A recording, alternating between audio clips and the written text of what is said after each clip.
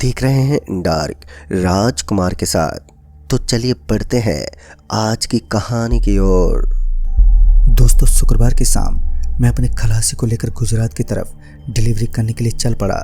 ये डिलीवरी हमारी तरफ से बहुत ही ज़्यादा महत्वपूर्ण थी, जिस वजह से मुझे रात से पहले ही इस डिलीवरी को कंप्लीट करना था। लिहाजा मैं अपनी ट्रक लेकर उस सुनसान सड़क पर तेज गति से चलने लगा, जो मुझे गुजरात के एक गांव में पहुंचाने वाली थी।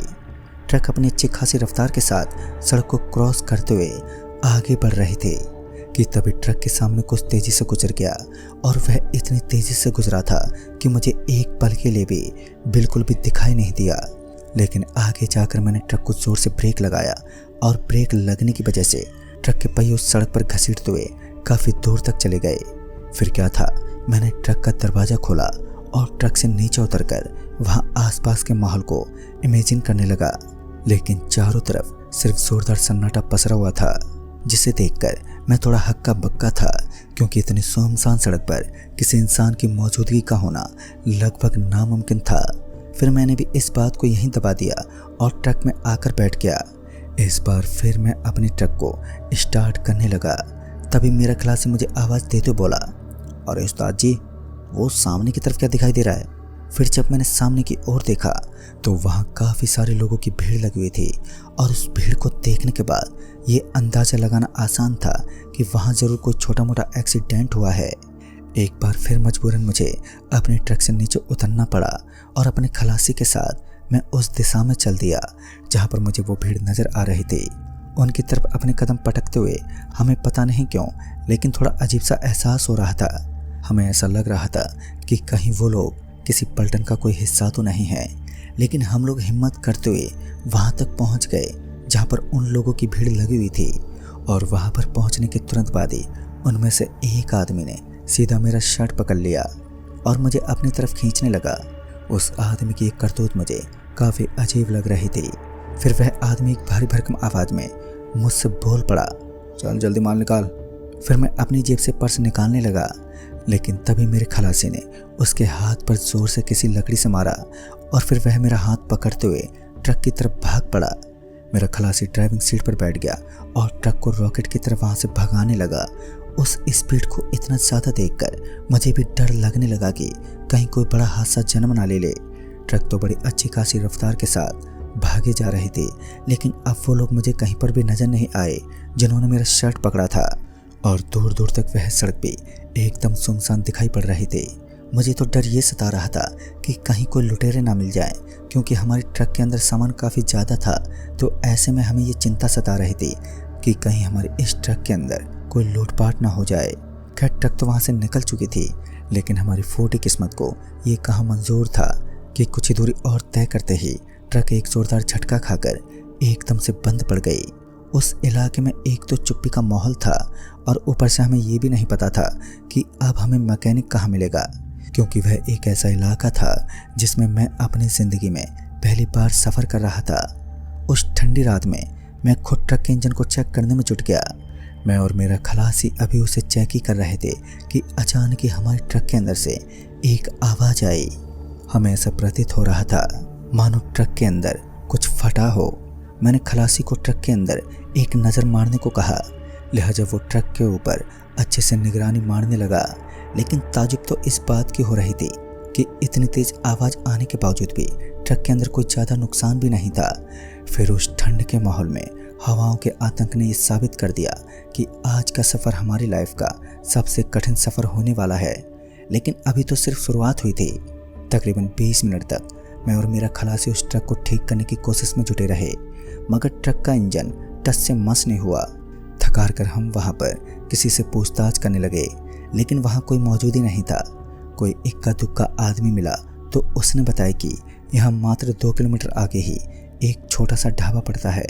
अगर आप चाहो तो वहाँ जाकर अपने ट्रक को ठीक करवा सकते हो।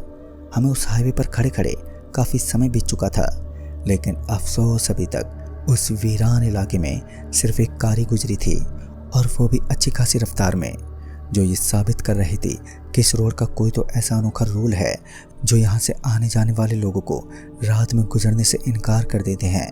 हम उन बातों को भूल चुके थे जो कुछ समय पहले हमारे साथ हुई थी। जहाँ कुछ लोगों ने मेरा शर्ट पकड़ा था। पर अब हम वहाँ से काफ़ी दूर भी काट चुके थे, तो उतना खौफ भी नहीं था। मगर हाँ, ये चिंता अवश्य थी कि कहीं वो गैंग एक बार फिर यहाँ पर ना पहुँच जाए, क्योंकि गैंग का नाम सुनते ही मेरे दिल की धड़कनें एकदम से तेज होने लगती, क्योंकि हर समय यही खौफ रहता कि कहीं बॉस का ये माल चोरी ना हो जाए। मैं और मेरा खलासी पैदल पैदल कदमों के सहारे उस मैकेनिक की ओर चल दिए जो यहाँ से कुछ दूर आगे था। इससे पहले कि हम कुछ और कदम आगे बढ़ा पाते कि अचानक ही किसी ने हमें आवाज़ देते हुए कहा, अरे भाई साहब, आपकी ट्रक तो पहले से स्टार्ट पड़ी है, आपको मैकेनिक की क्या ज़रूरत है। और जब मैं पीछे मुड़ा तो मैंने देखा कि मुझे वहाँ पर एक आदमी खड़ा हुआ दिखाई दे रहा था और साथ ही हमारी ट्रक स्टार्ट खड़ी थी, उसकी दोनों हेडलाइट चली हुई थी। इस तरीके का नज़ारा देखकर मैं एक पल के लिए हैरानी में डूब गया, क्योंकि थोड़ी देर पहले मेरी भरपूर कोशिशों के बावजूद भी ट्रक स्टार्ट होने का नाम ही नहीं ले रही थी, और अब ये ट्रक अपने आप ही स्टार्ट हो गई। यह बात सच में मुझे कुछ हजम नहीं हुई, लिहाजा मैं अपने ट्रक के पास चला गया और ट्रक के पास जाने के बाद मैं उसे ठीक से देखने लगा। मगर अफसोस, मेरी ट्रक अपने आप स्टार्ट हो चुकी थी, जो सच में बड़ी अजीब बात थी। फिर मैं उस दिन की तलाश करने लगा तो वो आदमी अब वहाँ पर मौजूद ही नहीं था। उस आदमी को वहाँ ना पाकर मुझे भी काफ़ी अचंभव लगा, लेकिन बाद में मैं अपने ट्रक के अंदर बैठकर अपने आप स्टार्ट हुई उस ट्रक को लेकर डिलीवरी करने के लिए चल दिया। डिलीवरी का ठिकाना अभी भी काफ़ी लंबा चौड़ा था।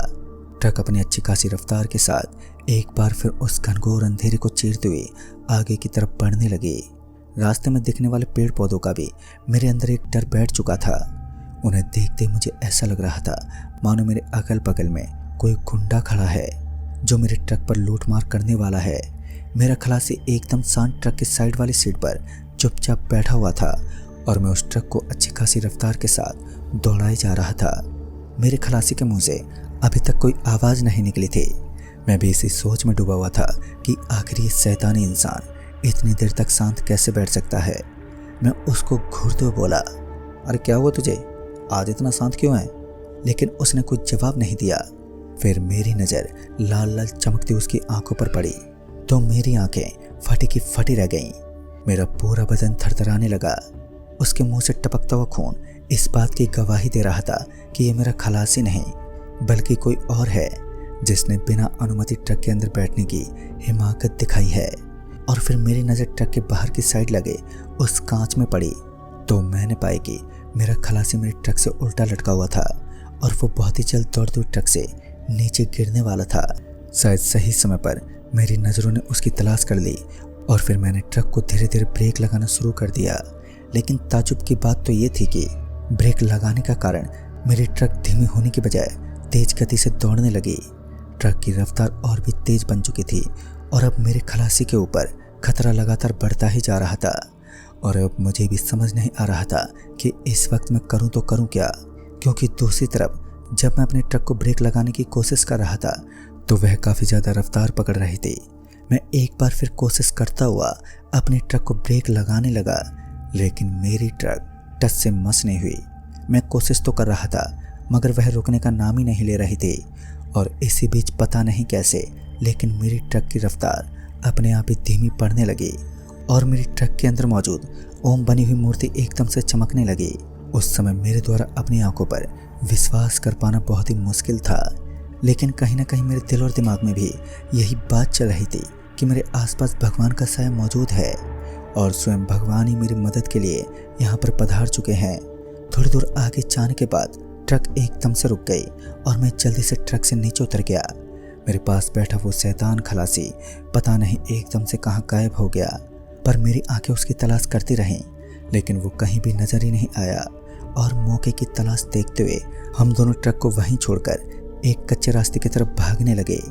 रास्ता देखने में बड़ा ही वीरान था और चारों तरफ ठंडी हवाएं चल रही थी, लेकिन उस समय मैं किसी तरह वहां से निकलने में कामयाब हुआ।